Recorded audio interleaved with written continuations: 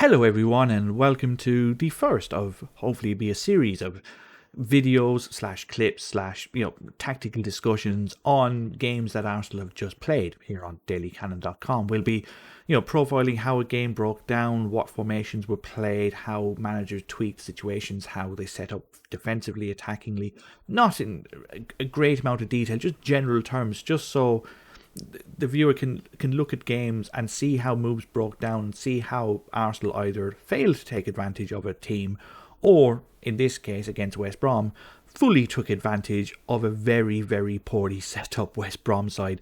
Thanks Big Sam for the 3 points.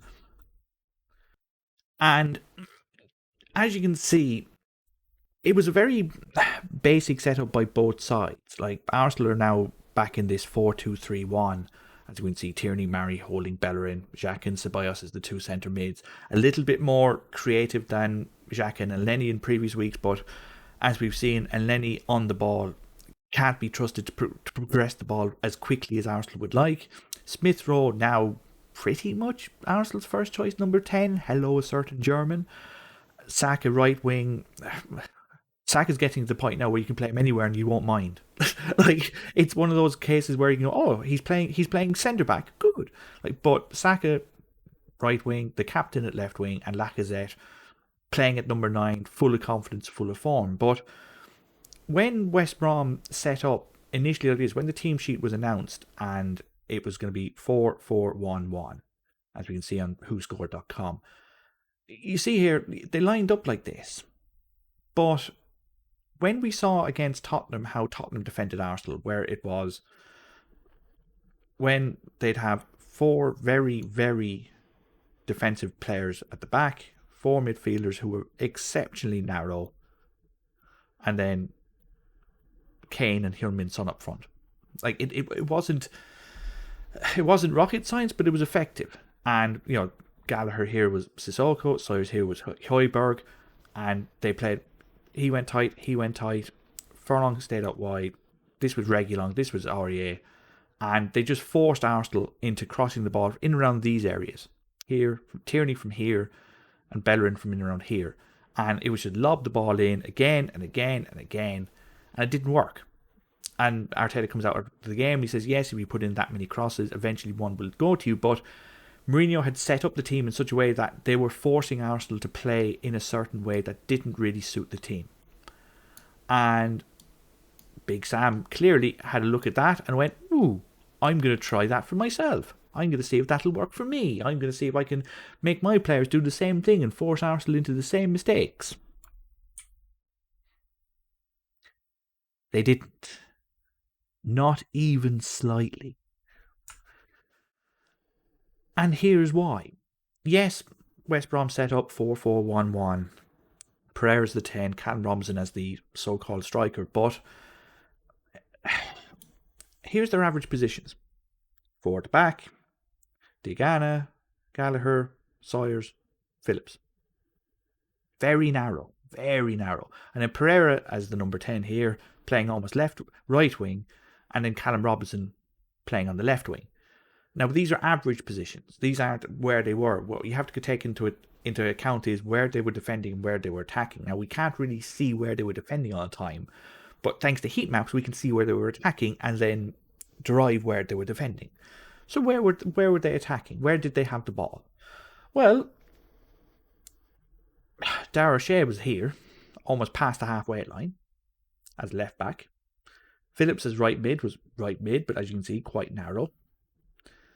Diagana, again, very, very wide on the left wing. Pereira didn't really have the ball as a number 10 at all, a lot of it here on the right. Callum Robinson, the supposedly number 9, out here in the left wing. And you're like, well, hang on a minute, wasn't anyone playing central? And it's like, no, nobody was playing central. And here's the kicker. Gallagher, the supposed left centre mid. Is that left centre mid to you? Because it isn't to me. And then Sawyers, his counterpart, that's right centre mid. In comparison, here's Xhaka and here's Ceballos. Ceballos almost playing, kind of right centre, but he had a lot of ball in centre midfield. They weren't as far left or right midfield as Sawyers was, and left midfield as Gallagher was. And how does that translate? Well, as we saw, O'Shea would have the ball here, Diagana was here, Gallagher was here, and Robertson was here. Sawyers was here, Pereira was here, and good old Daryl Furlong, he had the ball in around there as well. So Furlong was here. Now the plan is clear. They're trying to overload the wings. They're looking at the fact that Tierney likes to bomb on, and Bellerin likes to bomb on, and the ploy is to catch Arsenal out on the breaks, make sure to exploit the space down the channels, get the balls down here and down here, and try and get a ball into the box, and just work on transitions and work on, catching Arsenal on the break, and just making sure to, trying to stay solid at the back and have yourself adequate chances on the counter-attack. And it happened once at the start of the second half where Robertson got in and a good save from Leno, but apart from that, they didn't really do much. But here's the kicker. Remember I was saying earlier about Tottenham? Tottenham would have, two bank of four here, two centre mids playing as centre backs, clogging up the middle. If this is where West Brom had the ball, out wide, and this is their average positions in the centre, do you realise how narrow West Brom have to be to make sure that this is their average positions? They had to be so tight, and it's what Sam Allardyce's teams do all the time when they're defending. They use the lines of the penalty area. So Ajayi and Ivanovic are your two centre-backs. Daryl Furlong, who is a centre-back by trade, plays there. Darragh O'Shea, same thing. He's another centre-back, Irish international. He played there. Phillips tucks in. Sawyers tucks in. Gallagher tucks in. Diagana tucks in. And then it's left with Pereira and Robertson to try and harry and, press Jacques and Ceballos, and then sometimes Marion Holding when they're on the ball. Now, look at West Brom's defensive set. It's very, tight. It's very compact. It's designed to make sure Arsenal don't pass the ball through the middle. But Arsenal, under Arteta, have never passed the ball through the middle. They always go wide. And when Tottenham tried to force Arsenal into crosses, they were using Aurier and Reguilon to try and just keep Tierney and Bellerin under wraps, to make sure that they couldn't use their pace to break through the lines and get behind them. They just made sure that Arsenal were kept 30, 40 yards out and just had to pump in crosses. Where's the space here?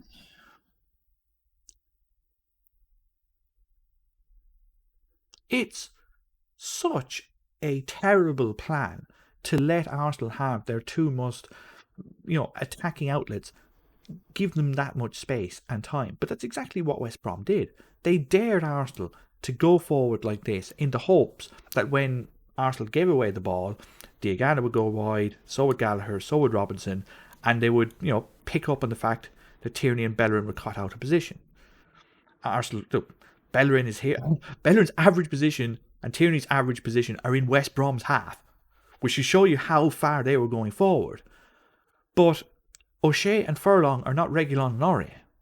And as we saw for Tierney's first goal, Tierney was able to beat Furlong at will for pace and dribbling ability and just power past him again and again and again. And as a result, the only surprise when Arsenal scored the first goal was that it wasn't a Tierney cross that scored. It was a Tierney shot. That, if you recall Hector Bellerin's goal against Liverpool, is it 4 years ago now? Maybe 5? The one with Alberto Moreno, when he puts his hands behind his back like that. And Gary Neville basically gives a coaching session in the middle of the game to say never defend with your hands behind your back because you won't stop anything. Yet now, with the handball rules the way they are, you have to defend with your hands behind your back. Otherwise, if the ball hits your hands, you give it away a penalty. Tierney did the same to Furlong. Tierney got him on his back feet, went past him, beat him again, got inside. Ajayi is too afraid of Lacazette and Aubameyang, so Tierney saunters in, right foot, top corner, 1-0. And that, ladies and gentlemen, completely changed the game. And Arsenal never, in a million years, score their second goal if that first one goes in. And here's why. Now that Tierney has put in the fear of God into both Phillips and Furlong, they are not leaving that their spots ever again. They are stuck there. They are making sure that that channel that Tierney has been roaming like a warlord up and down all game, he's not getting that anymore. They are covering that. They are making sure it's 2-on-1. What does that mean? It means Ajayi now needs to come over here a little bit because he's got Furlong space to go over. There we go. Aubameyang now has a little bit more room to run in because instead of running down this channel all game, now he's got this channel to run through as well. So does Lacazette, which means Ivanovic has to cut in because he now has to shift over 10 yards. So does Darren O'Shea, who is already a centre-back by trade, so he's not going to be used to getting paint on his shoes. He's going to want to come in as well.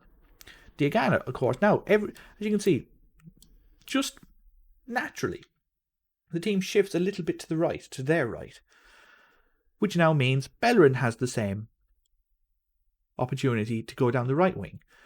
But what Bellerin does brilliantly is Bellerin doesn't use the opportunity to do it himself. He just stands there and he makes sure that the ball goes to Saka and Smith Rowe as often as possible.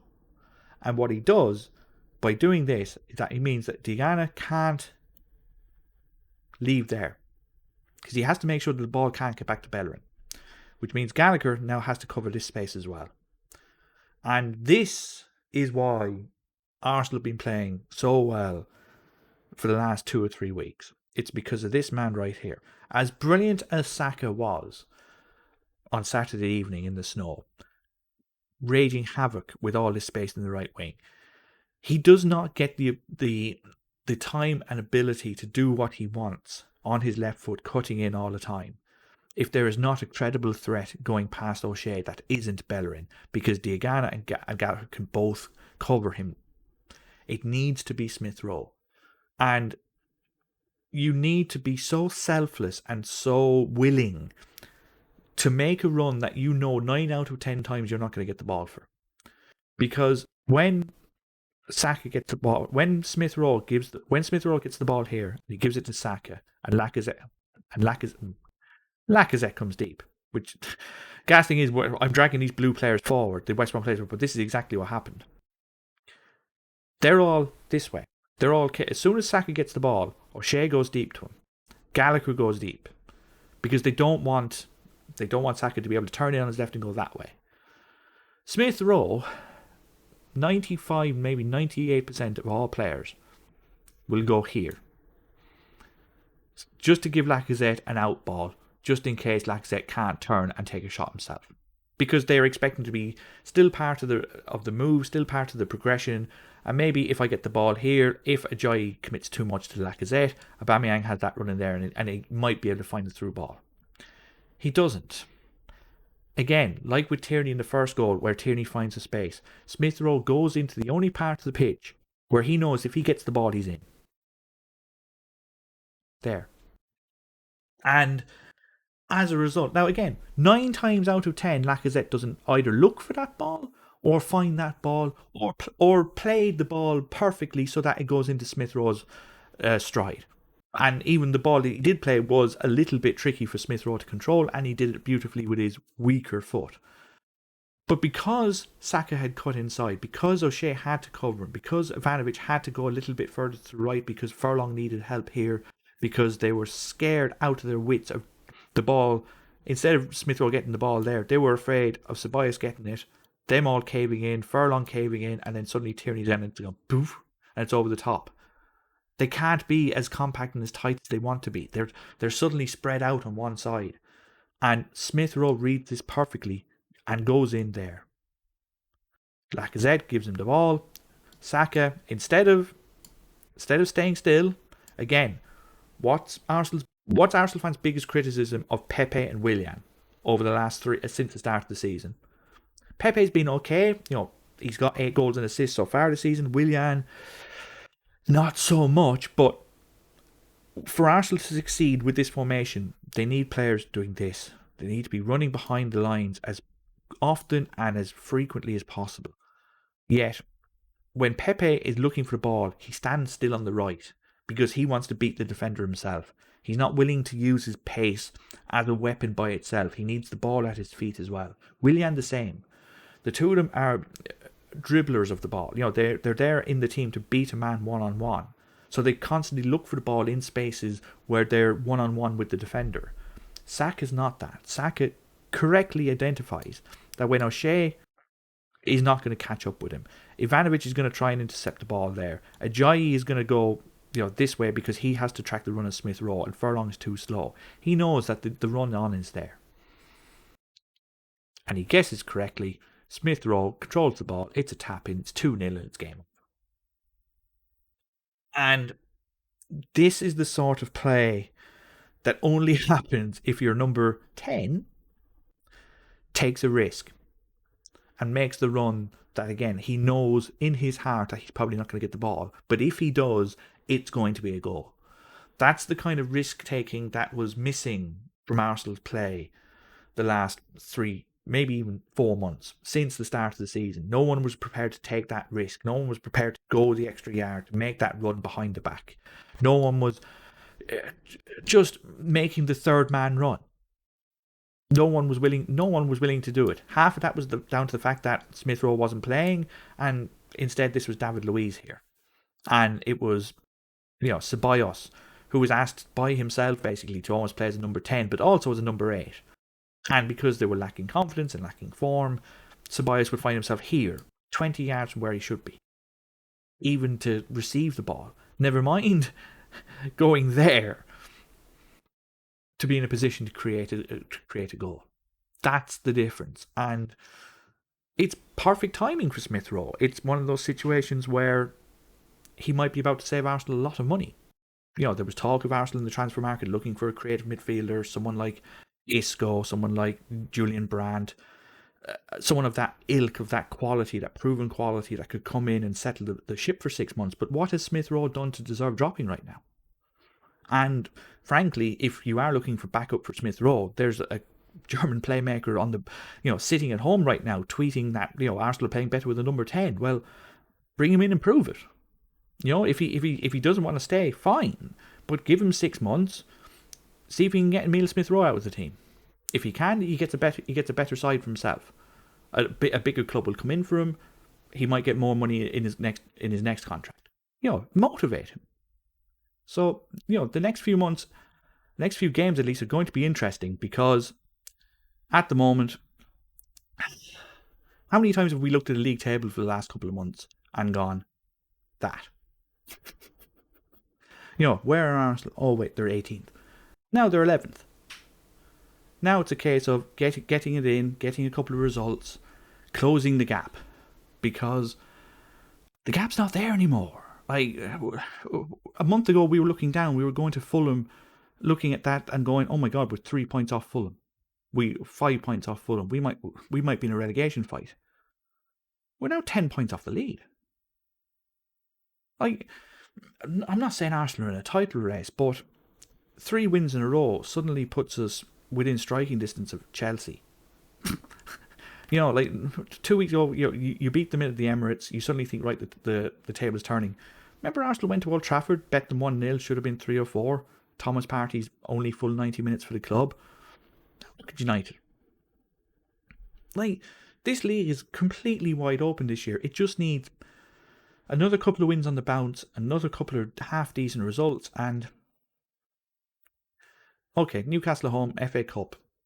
Frankly, nobody cares about the Cup this year. Like, this is going to be one of those competitions where you just want to get players fit, healthy, maintain them. Palace at home. Palace are like the Jekyll and Hyde. It's them, Leeds, Wolves. Anything could happen. One game they play brilliantly, the next game they're horrible. Newcastle then again. Do you fear Newcastle? No. Southampton, completely off the boil in the last 3 weeks. They're not to be feared anymore. Yes, they went to the Emirates and won a month ago, but Arsenal weren't playing with this sort of confidence a month ago. Like, it's one of those situations where you would hope that Arsenal go into that game with a bit more confidence. Thomas Partey back fit, Martinelli back fit, and just getting a team in a rhythm. Maybe you get a result there. Then the season gets tricky. United at home, Wolves away, Villa away. And yeah, I'm not looking forward to February much at all. But if Arsenal, if you told us 6 weeks ago, when Arsenal were in the middle of that horrendous losing streak, that we would be 3 points behind Chelsea, you would have absolutely snapped your hand off. And in conclusion, yes, Arsenal are not where they are right now, not where they want to be right now, but it's a hell of a lot better than it was this time last month. We will talk to you after the Newcastle game next week. Good luck.